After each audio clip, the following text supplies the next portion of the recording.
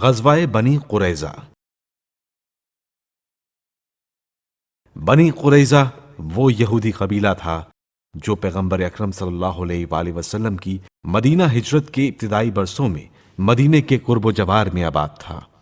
مدینے کے انہی یہودیوں سے حضرت صلی اللہ علیہ وآلہ وسلم کی آخری جنگ 5 ہجری میں ہوئی، جس کا نام غزوہ بنی قریظہ ہے۔ مدینہ کے اطراف میں 3 بڑے یہودی قبائل آباد تھے جنہوں نے رسول خدا صلی اللہ علیہ وآلہ وسلم سے معاہدہ کیا تھا کہ وہ اسلام کے خلاف کسی بھی سازش کا حصہ نہیں بنیں گے اور کبھی بھی اسلام کے دشمنوں کا ساتھ نہیں دیں گے، مگر ان میں سے قبیلہ بنو قینقاع اور بنو نذیر نے اپنے اس عہد و پیمان کا پاس نہیں رکھا اور بدعہدی کی، جس کے بعد حضرت صلی اللہ علیہ وآلہ وسلم نے انہیں مدینہ منورہ سے جلا وطن کر دیا۔ ان 2 قبائل کی جلا وطنی کے بعد یہی ایک قبیلہ بنو قریظہ مدینہ میں رہ گیا تھا۔ بنو نذیر کے لوگ مدینہ چھوڑ کر خیبر میں آباد ہو گئے۔ وہ جب مدینے سے جا رہے تھے تو اپنی تمام منقولہ جائیداد ساتھ لے گئے تھے۔ وہاں پہنچ کر ان کے سردار حی ابن اخطب نے مسلمانوں سے انتقام لینے کا بیڑا اٹھایا اور سارے عرب کے غیر مسلم غیر معاہد قبائل کو مدینے پر حملہ کرنے کے لیے تیار کیا اور تمام جنگی اخراجات اور نقصانات کی تلافی کا معاہدہ کر کے ابو سفیان کی قیادت میں 10,000 فوج لا کر مدینے کا محاصرہ کروا دیا۔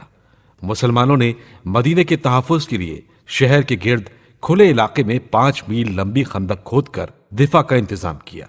حی ابن اخطب بنو قریظہ سے مسلسل رابطے میں تھا۔ شروع میں تو وہ معاہدے کی خلاف ورزی کے لیے تیار نہیں تھے، لیکن اتنی بڑی فوج کو دیکھ کر وہ بھی رسول اللہ صلی اللہ علیہ وآلہ وسلم کے خلاف آمادہ پیکار ہو گئے۔ جنگ کی اصل وجہ یہ تھی کہ بنی قریظہ نے مسلمانوں کے ساتھ امن کا معاہدہ کیا ہوا تھا، اسی لیے مسلمان ان کی جانب سے بے فکر تھے۔ جنگ خندق میں انہوں نے مسلمانوں کی پیٹھ میں چھرا گھونپنے کی کوشش کی اور عہد و پیمان توڑتے ہوئے جنگ خندق میں مسلمانوں کے خلاف مشرکین کے ساتھ متحد ہو گئے۔ جب مشرکین مکہ جو بنی قریظہ کے تازہ اتحادی بن چکے تھے مدینے کے قریب آ پہنچے تو جنگ خندق کو بھڑکانے والے حی ابن اخطب قریش کے نمائندے کے طور پر بنی قریظہ کے سردار کعب ابن اسد کے پاس آیا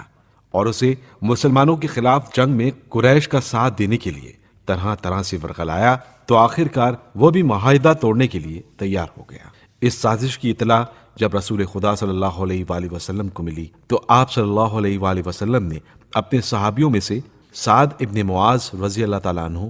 اسید ابن حضیر رضی اللہ تعالیٰ عنہ اور سعد ابن عبادہ رضی اللہ تعالیٰ عنہ کو تحقیق کے لیے بنی قریظہ کے پاس روانہ کر دیا۔ جب وہ بنی قریظہ کے پاس پہنچے تو انہوں نے رسول خدا صلی اللہ علیہ وآلہ وسلم کے نمائندوں کے ساتھ نہایت توہین آمیز سلوک روا رکھا اور مسلمانوں کے ساتھ اپنے عہد و پیمان کا انکار کر دیا۔ اور یہ وہ وقت تھا کہ جب مسلمان خندق کے اس طرف مشرکین اور ان کے ساتھیوں کے خلاف برسر پیکار تھے جو مدینے پر حملے کے لیے آئے تھے۔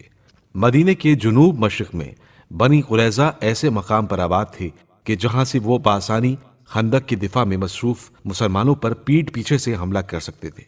بنی قریظہ کی عہد شکنی کی خبر سے مسلمانوں کے حوصلوں پر بہت برا اثر پڑا۔ بعض روایات کے مطابق جس وقت مشرکین نے مدینے کا محاصرہ کیا ہوا تھا اسی وقت بنی قریظہ والوں نے رات کے وقت مسلمانوں پر حملہ کرنے کا فیصلہ کیا اور انہوں نے مشرکین کو پیغامات بھجوائے اور ان سے افرادی قوت کی فراہمی کی درخواست کی۔ جیسے ہی اس خبر کی اطلاع رسول خدا صلی اللہ علیہ وآلہ وسلم کو ہوئی تو رسول خدا صلی اللہ علیہ وآلہ وسلم نے مزید 200 افراد مدینے کی حفاظت کے لیے بھیج دیے۔